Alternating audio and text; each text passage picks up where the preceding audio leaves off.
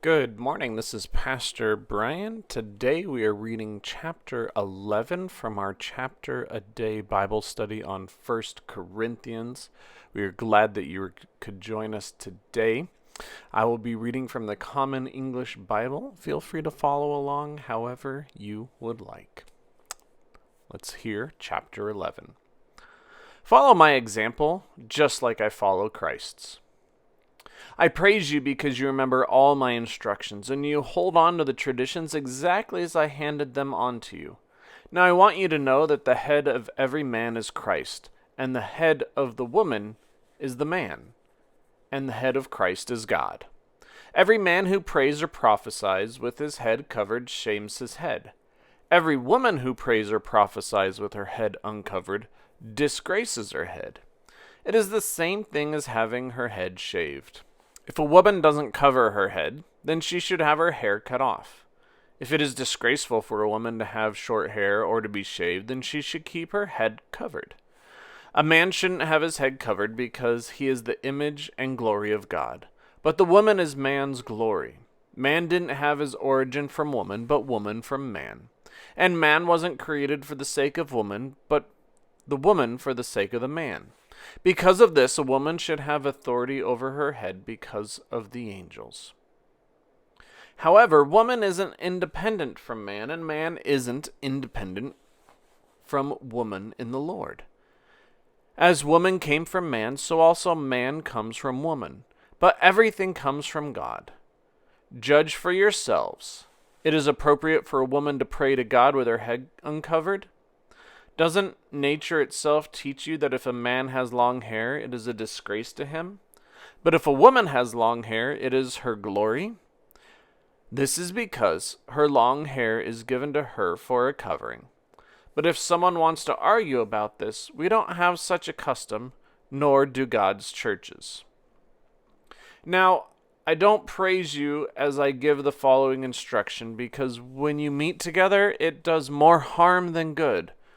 First of all, when you meet together as a church, I hear that there is divisions among you, and I partly believe it. It's necessary that there are groups among you to make it clear who is genuine. So when you get together in one place, it isn't to eat the Lord's meal. Each of you goes ahead and eats a private meal. One person goes hungry while another is drunk. Don't you have houses to eat and drink in? Or do you look down on God's churches and humiliate those who have nothing?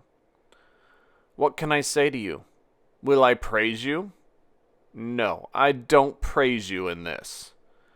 I received a tradition from the Lord, which I handed on to you.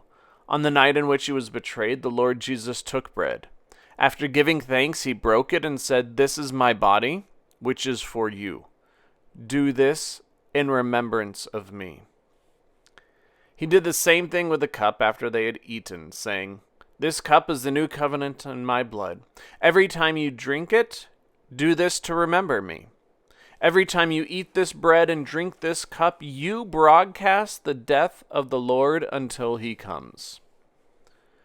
This is why those who eat the bread or drink the cup of the Lord inappropriately will be guilty of the Lord's body and blood.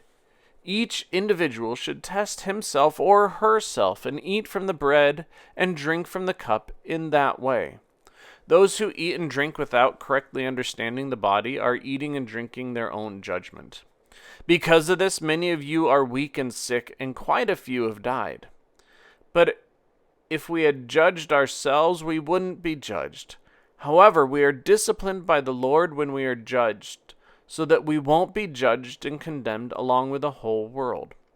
For these reasons, my brothers and sisters, when you get together to eat, wait for each other. If some of you are hungry, they should eat at home so that getting together doesn't lead to judgment. I will give you directions about other things when I come. So that's the end of chapter 11. Kind of two very distinct topics that we have in 1 through 16 and then 17 to the end. In the first part, talking about ways in which to dress during worship, women should have covered heads, men should not. quick little history on that. Men who wore their heads covered was a symbol of status in other worshiping communities, non-Christian. And so Paul is trying to tell them, don't lord your status over others.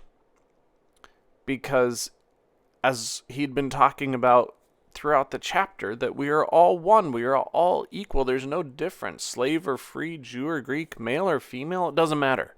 So men shouldn't cover their heads for that kind of status above other people. And then women should, because without a head covering in that society, a woman was potentially considered sexually immoral, which is why then he suggests shaving their head, because shaving your head was a sign that you had been convicted of something inappropriate.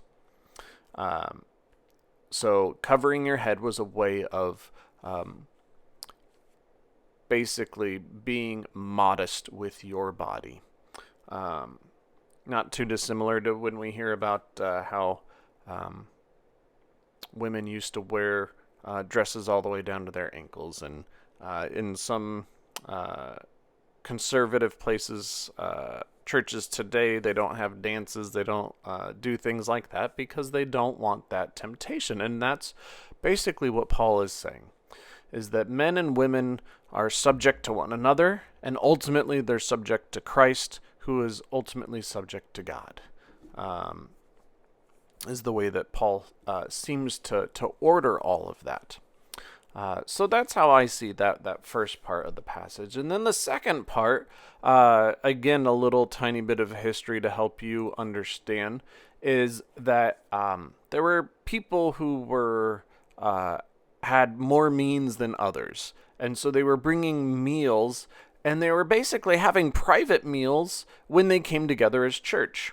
And they were eating and drinking and laughing and having a great time, while there were other people who were poor that were basically not able to participate. And Paul's saying, no, church and partaking in communion, that community meal should be a community meal for everybody. So please join together when you eat the bread and drink from the cup. Be one as Christ was one with his disciples. And what a beautiful and important message to hear. That it doesn't matter, again, what your status is in society. That we are all one in the eyes of God. And that we should come together regardless of how much or how little we have, that all should be welcome to the table, and know that through eating and drinking the body and blood of Christ, that we are loved, that we are forgiven, that we are treasured children of God, and that for that reason, we should always come together and eat that meal, which I know is hard right now with what we're going through, and that we are refraining from that. But I see here, as Paul's saying, how important it is to do it together. If you want to go eat a meal at home to be fed, go eat a meal at home to be fed. But it's about a community meal, about that togetherness. And this is one of the hardest things I'm struggling with right now on a constant basis. So I don't mean this to be my definitive statement on this, but just some thoughts during this time. So thank you for joining me today. What are your thoughts? What are your opinions? What are your wonderings and ponderings about this passage? Write them down, share them with a friend. Take care of yourselves. God bless you all, and we'll see you tomorrow.